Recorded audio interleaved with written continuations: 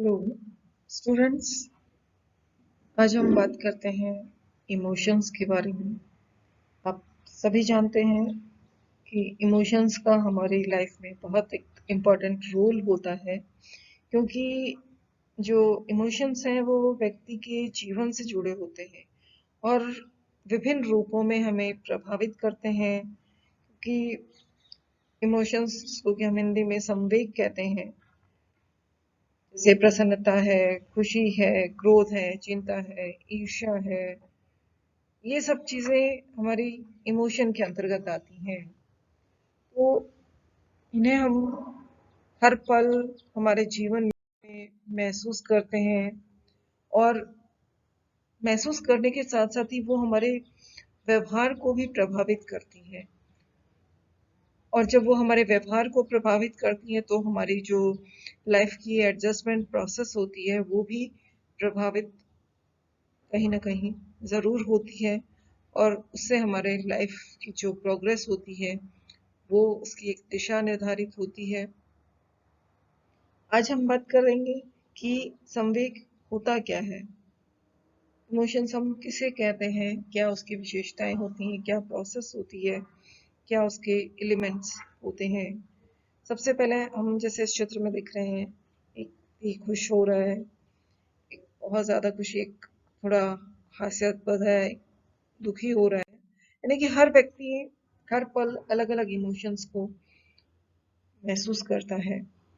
सामान्यतः जो है इमोशन शब्द जो है एक लैटिन भाषा के इमोवेरी से बना है, जिसका अर्थ होता है हिला देना या झकझोर देना या उत्तेजित करना। सबसे पहले थॉमस ब्राउन ने 1800 में इमोशन शब्द को कॉइन किया था, यानी कि प्रतिपादित किया था। अलग अलग लोगों ने अलग अलग परिभाषाएं इसकी दी थी। जैसे गेल्डार्ड ने कहा कि संवेग हमारी क्रियाओं का उत्तेजक है। इसी तरह पीटी यंग ने कहा कि संवेग जो है व्यक्ति में समग्र रूप से तीव्र उपद्रव मचाने वाली स्थिति है, यानी कि बहुत ज्यादा डिस्टरबेंस करने वाली स्थिति है, जिसका उद्गम मनोवैज्ञानिक होता है, यानी हमारे मन से जुड़ा होता है। इसमें हमारा व्यवहार, चेतन, अनुभूति और आंतरिक क्रियाएं भी सन्निहित होती हैं, यानी कि तीनों चीजें उसमें जुड़ी हुई होती हैं। इसी तरह प्राइस ने परिभाषा दी कि संवेग ऐसी कोई प्रबल अनुभूति है जिसमें मानसिक या संज्ञानात्मक दोनों घटक पाए जाते हैं। ब्रूनो ने भी परिभाषा दी कि संवेग उद्दोलन की अवस्था है जिसमें साम्यावस्था में व्यवधान की संभावना बनती है। उसकी अनुभूति ऐसी भावनाओं के रूप में होती है जिसके लिए भय, क्रोध या हर्ष का प्रयुक्त किया जाता है। ब्रूनो के अनुसार एक ऐसी एक्साइटमेंट की अवस्था है संवेग, जिसके कारण हमारी जो बॉडी में इक्विलिब्रियम होता है, साम्य अवस्था होती है, होम्योस्टेटिस होती है, जैसा हमने पहले मोटिवेशन में पढ़ा था, वो थोड़ी डिस्टर्ब हो जाती है। वो डिस्टर्ब होने की संभावना इसलिए होती है, हम खुश हुए तो भी हमारा बॉडी का इक्विलिब्रियम थोड़ा चेंज हो जाता है। अगर हम दुखी हुए, क्रोध में हुए, तो भी हमारी बॉडी में जो केमिकल चेंजेस होते हैं वो होने की संभावनाएं होती हैं, और उनकी अनुभूति हमारी ऐसी फीलिंग्स के रूप में होती है, या तो हम खुश होते हैं, डर जाते हैं, या हम क्रोधित हो जाते हैं। तो इस तरह से संवेग को परिभाषित किया गया। बैरन ने भी कहा कि संवेग से तात्पर्य ऐसे आत्मनिष्ठ भाव की अवस्था से है जिसमें कुछ शारीरिक उत्तेजना पैदा होती है और फिर जिसमें कुछ खास व्यवहार होते हैं। उन्होंने कहा कि एक ये आत्मनिष्ठ है, यानी सब्जेक्टिव है। हर व्यक्ति को, मान लीजिए कोई एक उद्दीपक है, उसको देख करके जरूरी नहीं है कि सबको एक जैसा अनुभव हो, सबकी फीलिंग एक जैसी हो। सबकी अपनी अलग अलग फीलिंग हो सकती है। हो सकता है एक व्यक्ति जिसको हम पसंद करते हो, उसको देख के हमें अच्छा लगता है, हम खुश होते हो। दूसरा हो सकता है उसको उससे ईर्ष्या हो, तो उसके अंदर अलग तरह का भाव उत्पन्न होगा। तो हमारे शरीर में उत्तेजना भी अलग तरह की होगी, और इससे हमारा व्यवहार भी एक अलग तरह का होगा। जैसे हम यहाँ देख रहे हैं कि 3 एलिमेंट्स हमारे इमोशंस के होते हैं, सबसे पहला होता है सब्जेक्टिव एक्सपीरियंस, यानी कि हम जब कोई भी उद्दीपक हमारे सामने आता है तो हम उसको अनुभव करते हैं, उसकी अनुभूति हमें होती है। उस अनुभूति से वो किसी भी हमारी सेंसरी ऑर्गन से आ सकता है, हमें देख करके हो सकती है, फीलिंग टच सुन के हो सकती है, सुन करके हो सकती है, स्वाद से हो सकती है, किसी भी तरह की फीलिंग हमें हो सकती है। उससे हमारे को बॉडी में हमारे फिजियोलॉजिकल रेस्पॉन्स होता है, यानी कि हमारे शारीरिक कुछ क्रियाएं होती हैं। जैसे हम इसमें देख रहे हैं हमारी हार्ट बीट बढ़ गई है, हमारे जो हाथों के रोंगटे हैं वो खड़े हो जाते हैं, या हमारे कंपन शुरू हो जाता है, पसीना आने लग जाता है। तो अलग अलग तरह के हमारे फिजियोलॉजिकल रेस्पॉन्सेस होते हैं। और उसके बाद हमारा बिहेवियरल रेस्पॉन्स होता है। बिहेवियरल रेस्पॉन्स में हम देख रहे हैं कि हम खुश भी हो सकते हैं, रो भी सकते हैं, दुखी भी हो सकते हैं, क्रोधित भी हो सकते हैं। अलग अलग तरह का हम व्यवहार व्यक्त करते हैं। अब आता है कि सबसे पहले की प्रोसेस क्या होगी इमोशंस की, कि इमोशंस की प्रोसेस में हमें सबसे पहले होता है फीलिंग।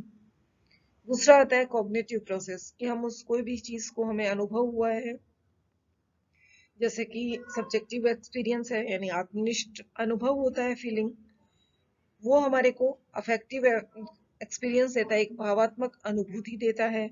वो प्लेजर हो सकती है, यानी खुशी हो सकती है, डिसप्लेजर हो सकती है, दुखी, हम उसको फील करके सुखी या दुखी हो सकते हैं। इसके अगली प्रोसेस हमारी आती है कि कॉग्निटिव प्रोसेस, कि हम उसका संज्ञान लेते हैं, संज्ञानात्मक क्रिया होती है। Social expressive perceptual effects, labelling process, यानी कि हम उसको उसके जो हमने उद्दीपक को अनुभव किया है, वो उद्दीपक हमारे को किस तरह का ज्ञान हमें उससे मिल रहा है, क्या हम उसका के प्रति संज्ञान ले रहे हैं। हमारी सोशल एक्सपीरियंसेस हो सकती हैं, हम उसको देख करके कैसा फीलिंग हमें हो रही है, परसेप्चुअल इफेक्ट, उसको हम लेबलिंग कर देते हैं कि भी हमें इसको देख कर ऐसा लगा, ऐसा फील हुआ। उसके बाद हमारा थर्ड प्रोसेस आती है बॉडीली अराउजल, यानी हमारी बॉडी में अराउजल, हमारी बॉडी में जो उत्दोलन होता है, जो डिस्टर्बेंस होते हैं, वो अलग अलग तरह के हो सकते हैं।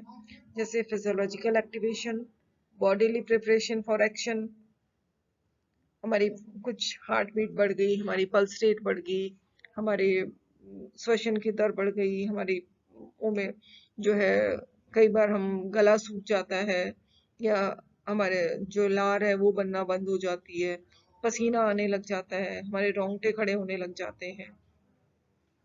कई बार हम जैसे कि अचानक से हमारे सामने कोई जानवर ऐसा आया कि जिससे हमें लगे हमें डर है, मान लीजिए हमारे सामने अचानक से शेर आ गया, तो हम क्या करेंगे, वहां से दौड़ेंगे, भागेंगे। तो हमारी बॉडी की जो प्रिपरेशन है कि अगली क्रिया के लिए हम अपनी बॉडी को प्रिपेयर करते हैं।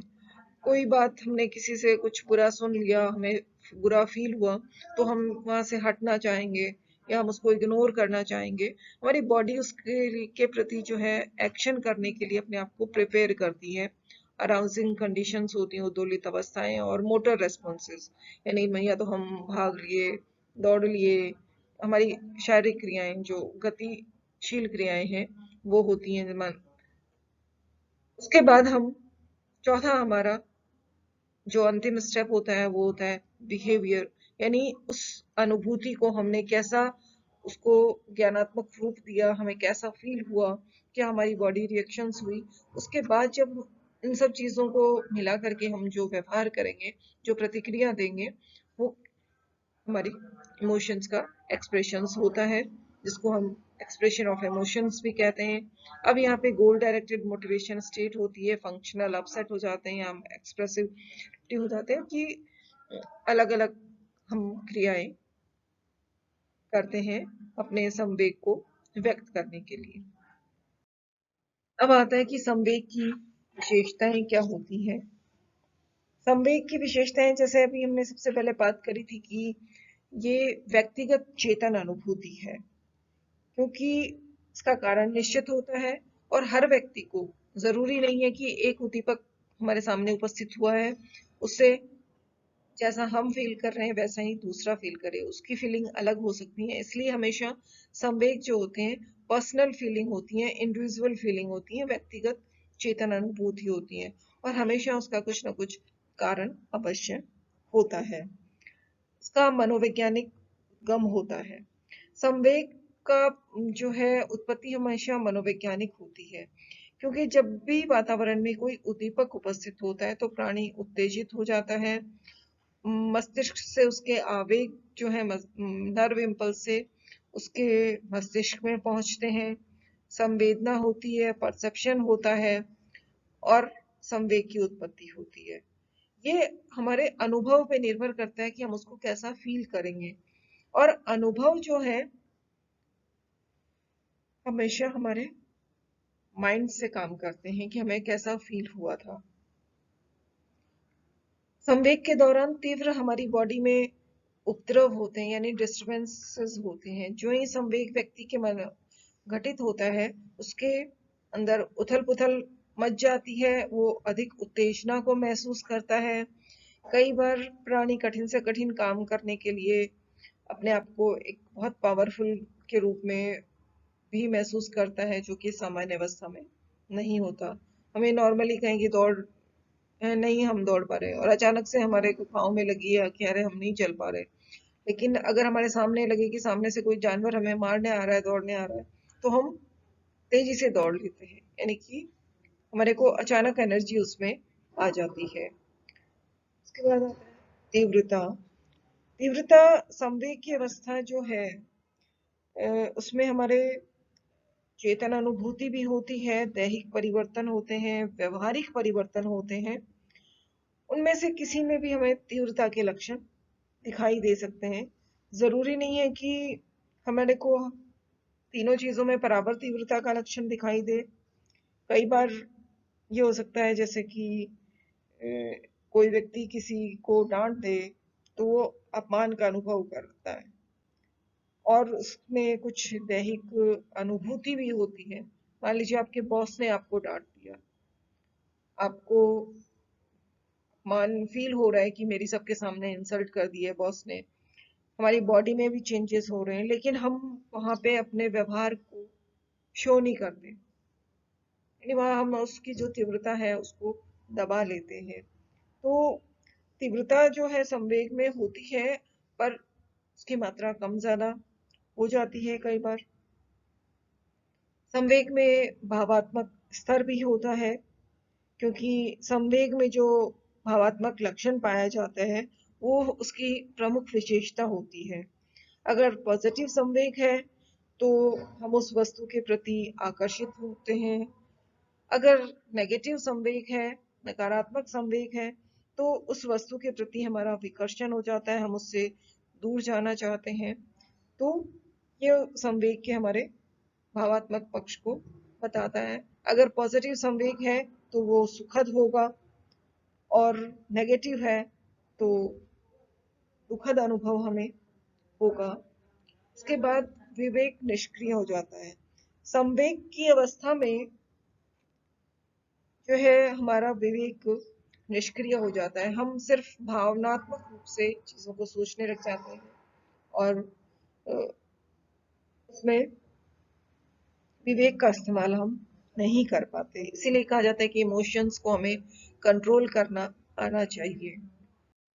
अगला है संचयी होते हैं। संवेग हमारे वो संचयी होते रहते हैं, कंटिन्यूअस होते हैं, सतत होते हैं, होते हैं, अभिप्रेरणात्मक। उनका स्वरूप जो है वो अभिप्रेरणात्मक होते हैं।